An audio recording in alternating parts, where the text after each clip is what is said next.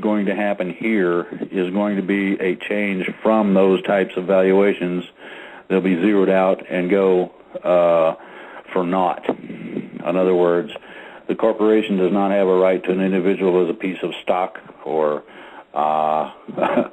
cattle to be slaughtered or used as they see fit, and that's basically the reasoning behind it. So that's the best and only answer I can give you on that. Okay? Sure. Let me ask you. I mean, I understand you're a friend. You were a former friend of Hut's, and he and I go back a long ways. He talked to me about you several times, in trying to get involved with Freedom Reigns, and it never materialized simply because there was a lot of stuff going on, and I was always busy, and so forth and so on. And I went back tonight, and I was just kind of reminiscing over a lot of the posts that he and I discussed, and he mentioned your name several times. And it's just, I just wanted to say that he was a true patriot. And there's a lot of people who knew him very better than I did who miss him quite a bit. Yeah. Well, anyway, Thank you, JJ. Thanks a lot for taking my call. No, I'm just saying thank you for remembering Hutsy, because I know he's been weighing real heavy on my mind the last days. Yeah, I think he weighs heavy on a lot of people's minds. Mm-hmm. Simply because we knew him. We knew him, and this is something that he stood strong for. In a lot of these chat rooms, and I'm getting a little bit emotional because I was a friend of his, and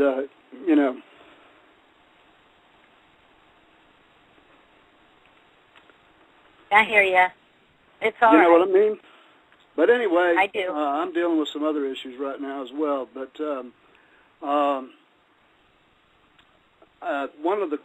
another question that I wanted to quickly, if you could give me some information on is it's got to do with Fukushima and the radiation situation and the stuff that we could possibly be facing from that. And we're all familiar with what you need to do for radiation sickness and as far as the pills and all that stuff. But what's your specific take on how we're going to fare out with that?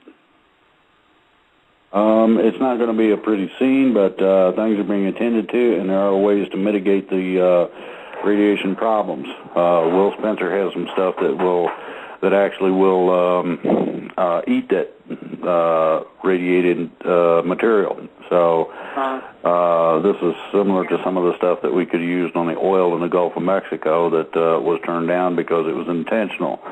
Fukushima was intentional, and a lot of people don't understand that. They decided to extort money from Japan, and instead of giving them any kind of warning, they just slammed them, and then they said, if you don't pay us, we're going to do it again. The trouble was they knew, the good guys knew they were coming and took care of that problem. So, it's being attended to, as well as some of the reactors are now being attended to. So it's being addressed. It just takes a little time. JJ, that'd be a great question for you to call back and talk to Dr. Will about. I want to get Will. I've got him over in the Empowering Health Choices room on Skype, and I'll get him to post that information over there, as well as the Real Dinar Intel Without the Guru BS room, which we post a lot of excellent information in there for everybody to keep abreast of what's really going on with the dinar and other issues. Love to have you over there in some of those rooms there, Drake, if you ever get a chance. I know you're a busy guy, but, Right. Well, but anyway. JJ, I hate to cut you off, honey pie, but I have one more callers we got to try to get to. Sure. All right, Drake. Good talking with you, brother. All right. You're welcome. Good night. Okay, good night. Okay, our next caller is area code 602, and 602, your mic is open. Hi, good evening. It's a pleasure to talk to you, and I appreciate you taking my call. I talked to a couple of the people in your staff, but I am an activist, and I've been following you. In fact, I've been following a lot of groups for about 10 years, and I social network with about 10,000 people throughout the United States, and I give the sites out. I do all the information, and a lot of these people, they can pick up their own fingers and do it, but I try and get information back to them, and I take the time because I don't have a job anymore, but with the timeline going back, and I know it's not your fault, but with the timeline and everything, they're becoming more downgraded and, skeptical. And this might be going on for other people too. So I wanted to pose this to you as to what do I say, or what can I do to reassure them that things are going to happen? Okay, well, that's pretty simple.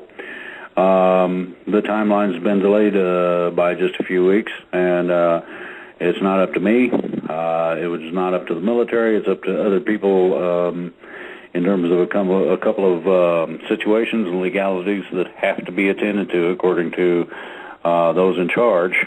And a person has a choice. They can look at what's going on around them and do something about it, such as initiating groups, striving towards freedom, or they can just simply give it all up and roll up on the ball and end it. So, that's basically the choice. If someone wants to be hopeful or looking towards hope, the best thing I can tell you is that when the sun comes up in the morning, you got another day. A lot of people quote biblical things about that. I look at it very simply. This is the day the Lord hath made. Be glad and rejoice in it. Well, people don't understand, be glad. Hey, I woke up. That's not too bad. Okay. Now, it says rejoice. You take joy in the sunshine on my shoulders. You rejoice because it's a new day, and you got another chance. And this sort of thing is, to me, indispensable. And even though the, quote, timelines, which, by the way, are not mine, never were, right. They were given to me. Quite simply, I don't know, other than what I've found in terms of the legalities not having been completed correctly or completed to the satisfaction of people, as to why they have been delayed. Now, I've heard a lot of different takes on this. My take is very simple.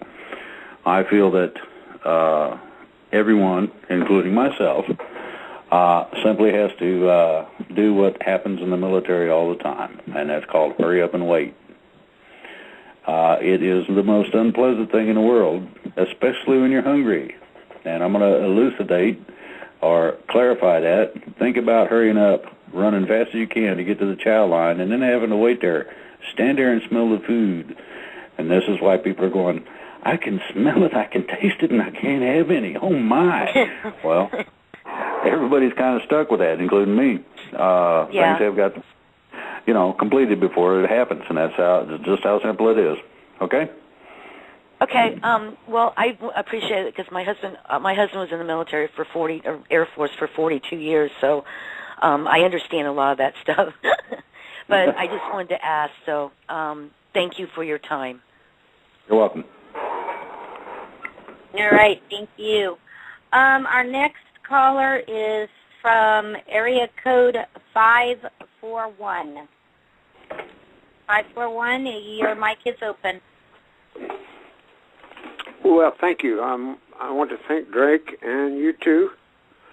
I have a question. I joined the militia of Oregon, and from what I gather, it's kind of a dead dead group. The commander, I think, of the militia lives clear across the state from where I do.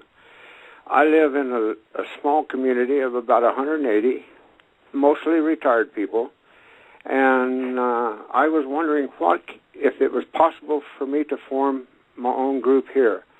I want to help, and like so many, I was wondering, what can I do to help?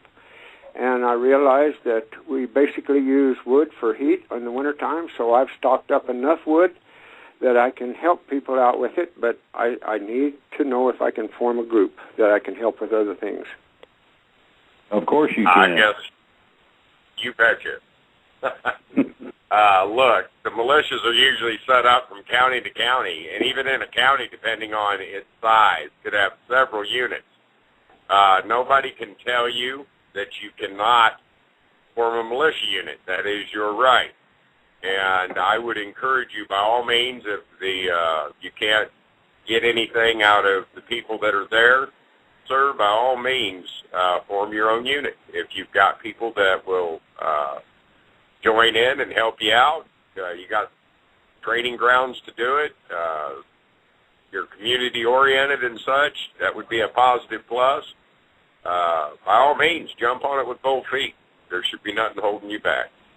Well, I live in the mountains, and there's plenty of area around here, and I'm sitting on about 30 acres of my own, so... yes, sir. It sounds like you're ready to go. You just need some people to get involved with you. By all means, set up your own group. I encourage that. I have quite a few people tell me that even in RAM, they'll go into some of the state groups and nobody comes back to them right away. Well, folks, don't let that discourage you. Raise a little cane in that group. You'll get somebody to come around and, well, hey, we'll get more members in there eventually. Well, there's some other malicious sites, too.